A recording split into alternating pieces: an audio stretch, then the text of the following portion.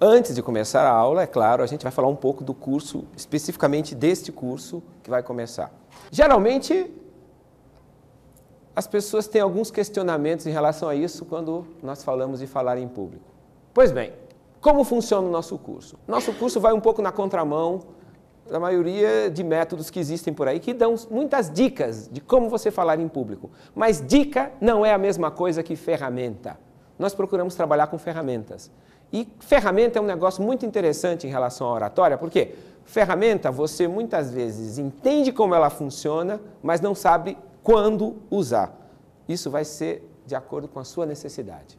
É necessário ter um padrão de qualidade, sim. Nós trabalhamos com a postura, trabalhamos com a voz, trabalhamos com elementos da oratória que são valorizados desde a antiguidade e que têm uma eficácia. Trabalhamos com elementos da moderna comunicação, mas principalmente nós somos contra a padronização do ser humano. O nosso método se baseia na valorização do ser humano, na sua história de vida, no seu trabalho gestual e expressivo que é único.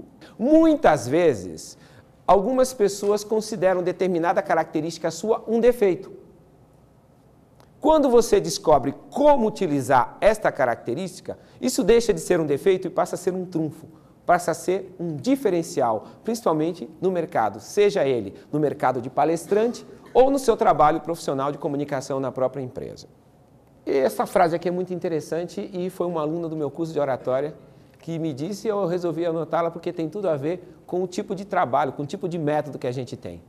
Ela, em certa época, ela viajou pela Ásia fazendo uma pós-graduação e conviveu, teve a oportunidade de conviver com diversas culturas. E ela, uma vez na palestra, contou um pouco sobre como foi essa experiência e a decisão de viajar.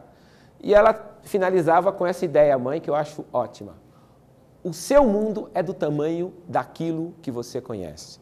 Muitas vezes, a gente está acostumado a escutar um orador e parece que a gente está escutando um robô, porque ele diz certas coisas, mas parece que ele não vivenciou. Parece tudo decoradinho, parece que ele leu num livro e está colando muitas vezes do PowerPoint.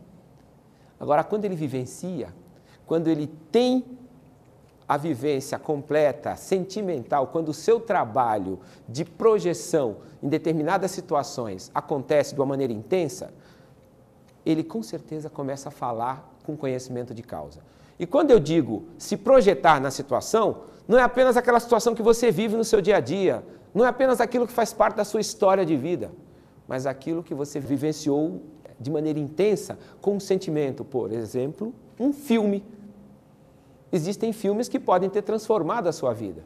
Uma cena que você assistiu pode ter dito muito e aquilo fez uma diferença muito grande na maneira como você passou a se comportar desde então. Por que isso acontece? Porque a gente trabalha com a visualização. Então, quando a gente assiste um filme, lê um livro, lê uma poesia, ouve uma determinada música que mexe com o nosso sentimento, nós temos o que se chama de uma experiência estética. E qual é o resultado disso? É uma vivência. Isso enriquece o seu mundo interior. Isso faz uma grande diferença na sua comunicação. E o senso prático, quando ele nos afasta da essência, ele vai nos roubando uma coisa chamada originalidade, que é a capacidade que nós temos de falar para todos uma coisa essencial que serve para todo mundo. Originalidade não tem nada a ver com coisa nova. Tem a ver com falar a origem das pessoas. E isso é grande diferencial de um orador que sabe falar coisas originais. Ele sabe falar ao coração da plateia e a arte dele não vai morrer tão cedo. A gente aprende no curso também, através de dinâmicas, o que é ritmo, o que é velocidade. A gente aprende a desacelerar. O próprio gago, ele gagueja muito menos quando ele aprende a desacelerar. Por quê? O gago, ele pensa às vezes muito rápido. Então, depende. Existem vários tipos de gago. Mas um exemplo desse tipo de gago que pensa muito rápido e a voz não consegue acompanhar era o Nelson Gonçalves. Nelson Gonçalves, ele tinha um apelido chamado Metralha. Quem lembra de alguma entrevista do Nelson Gonçalves, ele costumava falar, mas ele vai falando desse jeito, enquanto ele estava falando, ele tinha um jeito que ele dava uma brecadinha. É por isso.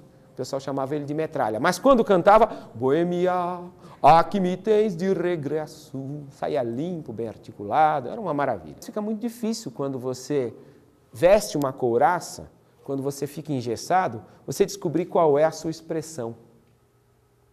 Por isso que a gente trabalha muito no nosso curso com música, com alguma questão da arte, do repertório cultural, porque um bom orador, ele tem um repertório cultural vasto.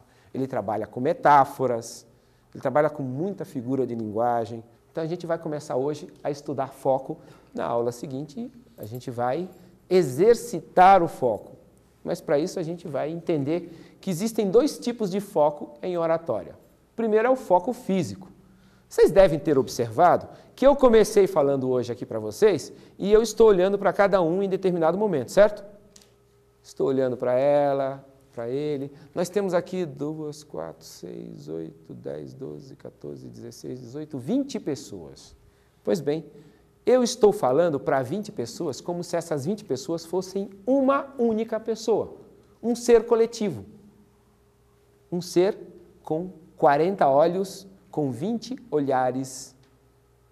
Quando eu olho para minha amiga, qual é o seu nome? Lucileia. Quando eu olho para a Lucileia, todo mundo se sente olhado na figura da Lucileia.